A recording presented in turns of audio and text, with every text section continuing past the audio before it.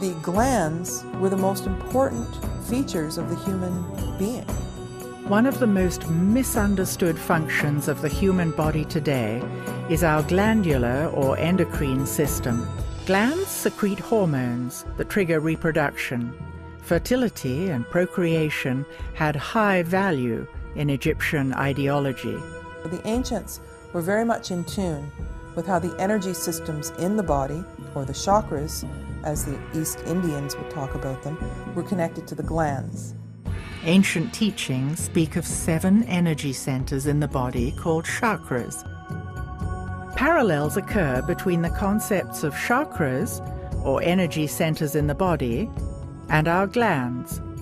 It appears they are 2 ways of describing the same thing, through spirituality and through science. Ancient Egyptians had a holistic understanding of the significance of the glands and their central role in reproduction and in consciousness. If we can decode the symbols, we see that the sacredness of procreation is readily visible in ancient Egyptian art. When you see a boy or a man, you see a kind of a bottle on his head. That is not a bottle or not a white crown symbolizing Upper Egypt, as my colleagues and the scholars say. No, this is a gland in the human body known as the thymus, located behind the lungs. The thymus is most active when a baby is in utero.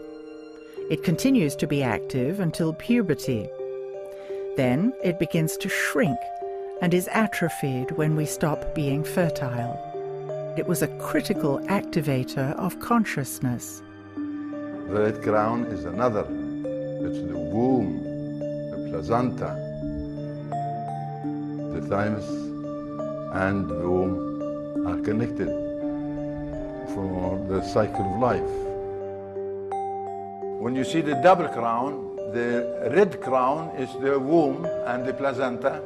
The white crown is the thymus, who has its influence on the womb. That's the symbol of one of the glands.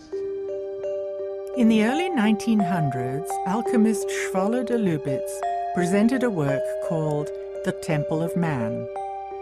It demonstrated that the architects of the Luxor temple used sacred geometry, which reflected the exact proportions of the human body.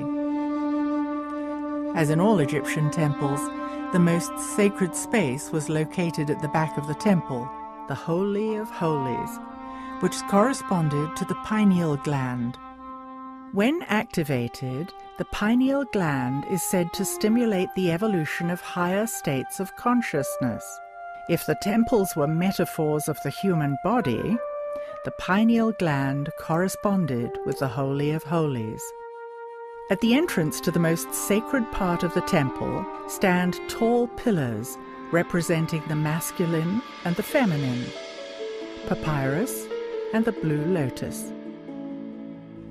The papyrus and the lotus reflect the balance between the feminine and the masculine principles and are shown together throughout ancient Egyptian art. The blue lotus is a symbol of life, and this plant, blossom, flower, it grows in the water like water lilies. It's where the ancient Commissions believe that life starts in water and in that lotus form.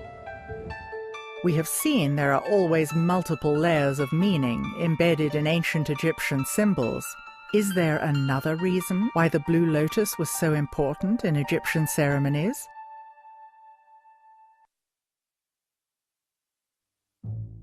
In ancient Egyptian art, we see countless instances of part animal, part human forms.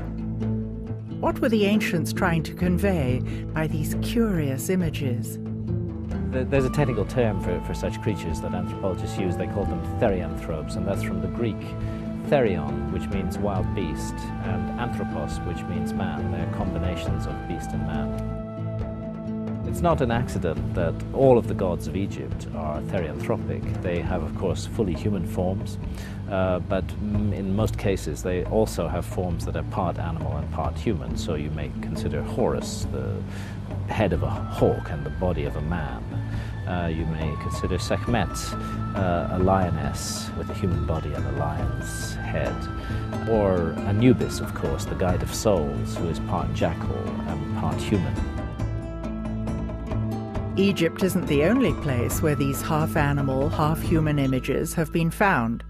Half a world away, we find clues to decode these mysterious symbols. Throughout the Amazon today, shamans working with the powerful visionary brew ayahuasca, a combination of two plants. Very frequently they will, after their visions, when they return to the normal, alert, problem-solving state of consciousness, they will actually sit down and, recollecting what they saw in the visionary state, will paint and draw the images that they saw. And the most common motif of these ayahuasca visions is the therianthrope, creatures that are part animal and part human in form. This specific characteristic of the ancient Egyptian gods is one of the things that tells me that our ancient Egyptian ancestors were using altered states of consciousness to explore the realms of spirit. Again, we see images of blue lotuses. Is there another, less obvious interpretation of this symbol?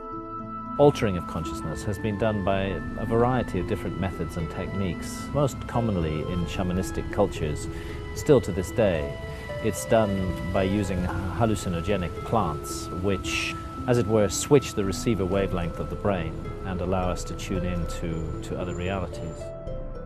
Of course, there are a range of non-drug techniques, rhythmic dancing, certain kinds of music, certain kinds of spaces have an effect on human consciousness. But there's a great deal of evidence that they made use of a potion involving the blue lotus and the mandrake root, possibly also the opium poppy as well, to enter a visionary state, and in that visionary state to explore, navigate, and learn about the realm that lies beyond death. And they had very concrete and specific ideas about this, which are expressed in the ancient Egyptian books of the dead, going right back to the pyramid texts. This was not a work of imagination on the part of the priests. This was a work of documentation, of their out-of-body exploration of realms that lie beyond the merely physical.